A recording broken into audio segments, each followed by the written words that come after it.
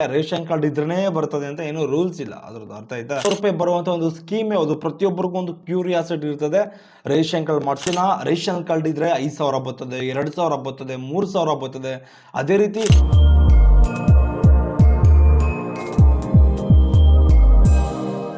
ಚಾನಲ್ಗೆ ಸ್ವಾಗತ ಸುಸ್ವಾಗತ ಸ್ನೇಹಿತರೆ. ಇವತ್ತಿನ ಈ ವಿಡಿಯೋದಲ್ಲಿ ಎಷ್ಟೋ ಜನ ರೇಷನ್ ಕಾರ್ಡ್ ಇದ್ರೆ 5,000 ಬರ್ತದೆ, 2,000 ಬರ್ತದೆ, 3,000 ಬರ್ತದೆ.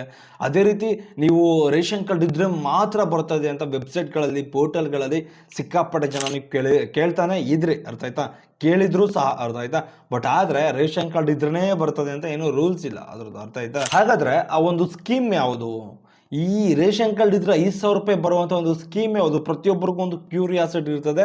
ರೇಷನ್ ಕಾರ್ಡ್ ಮಾಡಿಸ್ಕೊಳ್ಬೇಕು ಅನ್ನೋ ಒಂದು ಕಾನ್ಫಿಡೆನ್ಸು, ಒಂದು ಹೆಂಗಾದ್ರೂ ಮಾಡಿ ಮಾಡಿಸ್ಕೊಬಿಡ್ತಾರೆ. ₹5,000 ಬಂದರೆ ಯಾರು ಸುಮ್ಮನೆ ಬಿಡ್ತಾರೆ?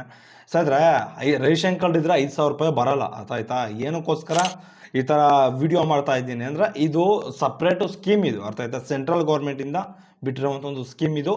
ರೇಷನ್ ಕಾರ್ಡ್ ಇದ್ರೆ ಯಾವುದೇ ಕಾರಣಕ್ಕೂ ₹5,000 ಬರೋದಿಲ್ಲ. ಅರ್ಥ ಆಯ್ತಾ? ಬಟ್ ಆದರೆ ₹5,000 ಬರುತ್ತೆ, ಬಟ್ ರೇಷನ್ ಕಾರ್ಡ್ ಇದ್ರೆ ಅಲ್ಲ. ಅರ್ಥ ಆಯ್ತಾ?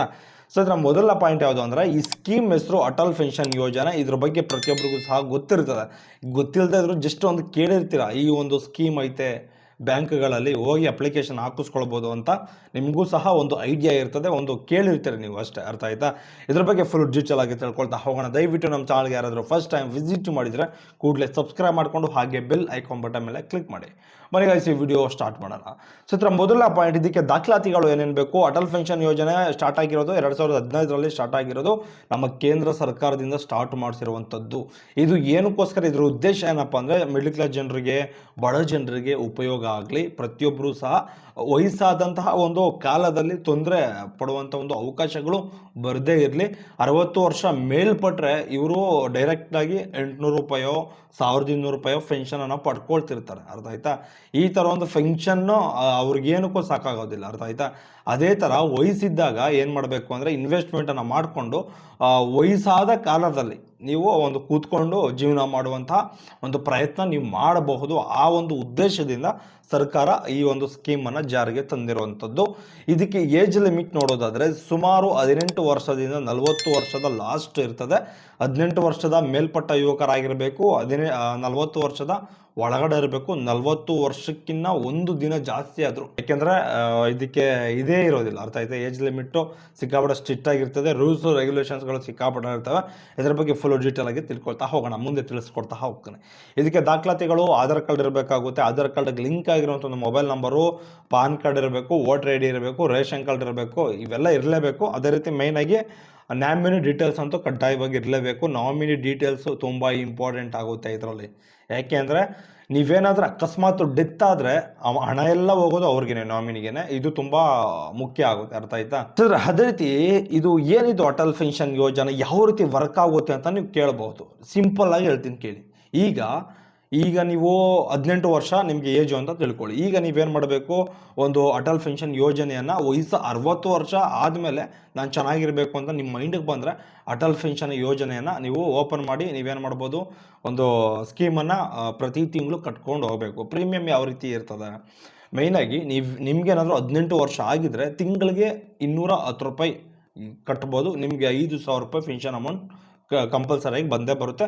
ಬಟ್ ಆದರೆ 60 ವರ್ಷ ಮೇಲ್ಪಟ್ಟವ್ರು, 60 ವರ್ಷ ಆದಮೇಲೆ. ಅರ್ಥ ಆಯ್ತಾ? ಇದನ್ನು ದಯವಿಟ್ಟು ಗಮನದಲ್ಲಿ ಇಟ್ಕೊಳ್ಳಿ. ಅದೇ ರೀತಿ ತುಂಬ ಇಂಪಾರ್ಟೆಂಟ್ ಆಗಿರುವಂಥದ್ದು ಇದೇ ರೀತಿ, ಅದಾಯ್ತು 18 ವರ್ಷ ನಿಮ್ಗೆ ಆಗಿದ್ರೆ ₹210 ಕಟ್ಟಬೇಕಾಗುತ್ತೆ. ಅದೇ ರೀತಿ ತುಂಬ ಇಂಪಾರ್ಟೆಂಟ್ ಆಗಿರೋದು, ನಿಮ್ಗೇನಾದರೂ 40 ವರ್ಷದಲ್ಲೇ ಅಕೌಂಟ್ ಓಪನ್ ಮಾಡಿಸ್ತೀರಾ ಅಂತ ತಿಳ್ಕೊಳ್ಳಿ. ಅದಕ್ಕೂ ಸಹ ಒಂದು ₹1,400 ಸ್ಟಾರ್ಟ್ ಆಗುತ್ತೆ.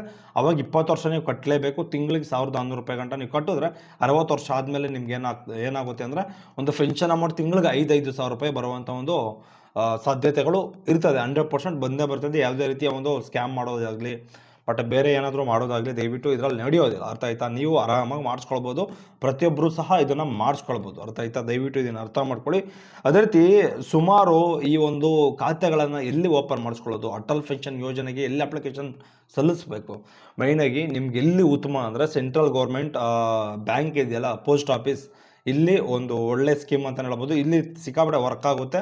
ದಯವಿಟ್ಟು ನಿಮ್ಗೇನಾದರೂ ಈ ಥರ ಮಾಡಿಸ್ಕೊಳ್ಬೇಕು ಅಂದ್ಕೊಂಡಿದ್ರೆ ಅಟಲ್ ಪೆನ್ಷನ್ ಯೋಜನೆಗೆ ಒಂದು ಪೋಸ್ಟ್ ಆಫೀಸ್ ಮೂಲಕನೇ ಖಾತೆಯನ್ನು ಓಪನ್ ಮಾಡಿ, ಪ್ರೈವೇಟ್ ಬ್ಯಾಂಕ್ಗಳೆಲ್ಲ ಓಪನ್ ಮಾಡ್ಬೋದು, ಬಟ್ ಆದರೆ ರಿಸ್ಕ್ ಜಾಸ್ತಿ. ಅದಕ್ಕೆಲ್ಲ ಏನು ಅದ್ರ ಬದಲು ಸುಮ್ಮನೆ ಪೋಸ್ಟ್ ಆಫೀಸಲ್ಲಿ ಒಂದು ಖಾತೆನ ಓಪನ್ ಮಾಡಿಸಿ ನೀವು ತಿಂಗಳಿಗೆ ಒಂದು 210 ರೂಪಾಯಿ ಥರ ಕಟ್ಕೊಂಡು ಹೋಗ್ಬೋದು. 18 ವರ್ಷದವರು ಆಗಿದ್ರೆ ಮಾತ್ರ 210 ರೂಪಾಯಿ. ಏನಾದ್ರು ಜಾಸ್ತಿ ಆಗಿದ್ರೆ ಏಜಿಗೆ ತಕ್ಕನೇ ಇರ್ತದೆ. ಲಾಸ್ಟಲ್ಲಿ ನಾನು ನಿಮಗೆ ಚಾರ್ಟನ್ನು ನಾನು ನಿಮಗೆ ತೋರಿಸುವಂಥ ಒಂದು ಪ್ರಯತ್ನ ಮಾಡ್ತೀನಿ. ಈಗ ಎಲ್ಲ ಕ್ಲಿಯರ್ ಮಾಡಿಬಿಡ್ತೀನಿ, ಅರ್ಥ ಆಯ್ತಾ? ಸತ್ರ ಈಗ ನಾಮಿನಿಗೆ ಯಾವ ರೀತಿ ಹಣವನ್ನು ಹಾಕಲಾಗುತ್ತೆ ಇದ್ರ ಬಗ್ಗೆ ಯಾರಿಗೂ ಸಹ ಗೊತ್ತಿರೋದಿಲ್ಲ. ಯಾಕೆ ಅಂದರೆ ನಾಮಿನಿ ಹಣ ತೊಗೊಳ್ಬೇಕಾದ್ರೆ ನೀವೇ ಇರೋದಿಲ್ಲ, ಅರ್ಥ ಆಯ್ತಾ? ಯಾಕೆಂದರೆ ನೀವು ಡೆತ್ ಆಗಿದ್ರೆ ನಾಮಿನಿಗೆ ಹಣ ಹೋಗುತ್ತೆ. ಈ ನಾಮಿನಿಗೆ ಹಣ ಹಾಕುವಂಥದ್ದು ಯಾವ ರೀತಿ ವರ್ಕ್ ಆಗುತ್ತೆ ಅಂದರೆ ಮೈನಾಗಿ ಈಗ ನೀವು ಒಂದು ಪೆನ್ಷನ್ ಅಮೌಂಟ್ ನೀವು ಬದುಕಿರ್ಬೇಕಾದ್ರೆ ಏನು ಮಾಡಿರ್ತೀರಾ, 5,000 ರೂಪಾಯಿ ದುಡ್ಡು ತೊಗೊಳ್ಬೇಕು ಅಂತ ನೀವು 210 ರೂಪಾಯಿ ತಿಂಗಳಿಗೆ ಕಟ್ಕೊಳ್ತಾ ಹೋಗಿದ್ದೀರಾ, ಅರ್ಥ ಆಯ್ತಾ? 5,000 ರೂಪಾಯಿ ಪೆನ್ಷನ್ ಅಮೌಂಟು ನಿಮಗೆ ಬರಬೇಕು, ಅರ್ಥ ಆಯ್ತಾ? ಈಗ 60 ವರ್ಷ ಆದಮೇಲೆ ಡೆತ್ ಆಗಿಬಿಟ್ರಿ, ಎಲ್ಲ ಪೂರ್ತಿಯಾಗಿ ಕಟ್ಬಿಟ್ಟು ಡೆತ್ ಆಗಿಬಿಟ್ರಿ ಅಂತ ತಿಳ್ಕೊಳ್ಳಿ. ಆ ಡೆತ್ ಆಗಿದ ತಕ್ಷಣ ನಿಮ್ಗೆ ಏನು ಮಾಡ್ತಾರೆ ಅಂದರೆ 8.5 ಲಕ್ಷ ಒಂದು ನ್ಯಾಮಿನಿ ಅಕೌಂಟ್ಗೆ ಹೋಗುತ್ತೆ, ಅರ್ಥ ಆಯ್ತಾ? 8.5 ಲಕ್ಷದಷ್ಟು ನ್ಯಾಮಿನಿ ಅಕೌಂಟ್ಗೆ ಹೋಗುತ್ತೆ. ನೀವೇನಾದರೂ 4,000 ರೂಪಾಯಿ ಬರೋ ಥರ ಏನಾದರೂ ಪೆನ್ಷನ್ಗೆ ಇದು ಮಾಡ್ಕೊಂಡಿದ್ರೆ, ಅಪ್ಲಿಕೇಶನ್ ಹಾಕೊಂಡಿದ್ರೆ ಸುಮಾರು 6.8 ಲಕ್ಷದಷ್ಟು ನಿಮಗೆ ನ್ಯಾಮಿನಿ ಅಕೌಂಟ್ಗೆ ಹೋಗುತ್ತೆ. 3,000 ರೂಪಾಯಿ ಏನಾದರೂ ನೀವು ಬರಬೇಕು ಅಂತ ಪೆನ್ಷನ್ ಅಮೌಂಟ್ ಬರಬೇಕು ಅಂತ ನೀವು ಕಟ್ಕೊಂಡು ಹೋಗಿದ್ರೆ ಅದು ಸುಮಾರು 5.1 ಲಕ್ಷದಷ್ಟು ನಿಮ್ಮ ನಾಮಿನಿಗೆ ಹೋಗುತ್ತೆ. ಅದೇ ರೀತಿ 2,000 ರೂಪಾಯಿ ಬೇಕು ಅಂದರೆ 3.4 ಲಕ್ಷದಷ್ಟು ನಿಮ್ಮ ನಾಮಿನಿಗೆ ಹೋಗುತ್ತೆ. 1,000 ರೂಪಾಯಿ ಪೆನ್ಷನ್ ಏನಾದರೂ ನೀವು ಸೆಲೆಕ್ಷನ್ ಮಾಡ್ಕೊಂಡಿದ್ರೆ 1.7 ಲಕ್ಷದಷ್ಟು ನಿಮ್ಮ ನಾಮಿನಿಗೆ ಹೋಗುತ್ತೆ ಅಂತಲೇ ಹೇಳ್ಬೋದು. ದಯವಿಟ್ಟು ಇದನ್ನು ಅರ್ಥ ಮಾಡ್ಕೊಳ್ಳಿ. ಅದೇ ರೀತಿ ತುಂಬ ಇಂಪಾರ್ಟೆಂಟ್ ಆಗಿರುವಂಥದ್ದು, ಇದಕ್ಕೆ ಪೆನಾಲಿಟಿ ಏನಾದರೂ ಹಾಕ್ತಾರೆ. ಈಗ ಈ ಸ್ಕೀಮ್ನ ಓಪನ್ ಮಾಡಿಸ್ಬಿಟ್ಟಿರ್ತೀರಾ, ದುಡ್ಡು ಕಟ್ಟೋಕ್ಕಾಗ್ತಿರಲ್ಲ. ಆ ದುಡ್ಡು ಕಟ್ಟೋಕ್ಕಾಗದೇ ಇದ್ದರೆ ಪೆನಾಲಿಟಿ ಯಾವ ರೀತಿ ಹಾಕ್ತಾರೆ, ಏನಾದರೂ ಪೆನಾಲಿಟಿ ಹಾಕ್ತಾರಾ ಅಥವಾ ಹಾಕೋದಿಲ್ವ ಅಂತ ನಿಮಗೊಂದು ಪ್ರಶ್ನೆ ಕಾಡಬಹುದು, ಅರ್ಥ ಆಯ್ತಾ?